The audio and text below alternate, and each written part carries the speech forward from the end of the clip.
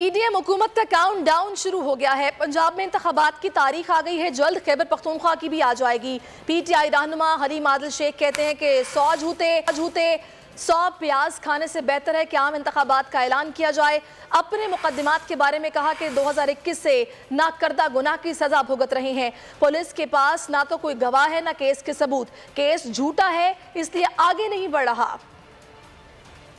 Pakistan third majority से हमारी government होगी, सिंध में भी होगी, कब होती है थोड़ा सा इंतजार इंशाल्लाह। पूरे और हम कहते हैं पूरे पाकिस्तान में इलेक्शन करा दो, बच सकते नहीं हो, एक ही रास्ता इलेक्शन कराओ, इज्जत से दफा हो जाए। तो मैं कहना चाहता हूँ कि हम तो अदालतों में हाजिरियां लगा रहे हैं, इलेक्शन इंशाल्लाह कराने पड़ेंगे। अब ये इमरान खान को रास्ते से हटाना चाहते हैं। कल जो इन्होंने टोपी ड्रामा किया, तमाशा लगाया, हम समझते हैं कि एक बहुत बड़ी, मैं आवाम से कहता हूँ, कौम से कहता हूँ, एक साजिश बुनी और खास तौर पर अपने इंसाफियत से कहता हूँ, एक बड़ी खौफनाक साजिश बुनी जा रही है कि कोई मुल्क में ऐसे हालात पैदा किए जाएं, कोई जलाओ घराओ, कोई मार कटाई, कोई कत्ल गारतगरी हो जाए जिसकी वजह से इलेक्शन से छुटकारा मिल सके। पाकिस्तान का निज़ाम अदल सवालिया निशान बना हुआ है। अदलिया का एक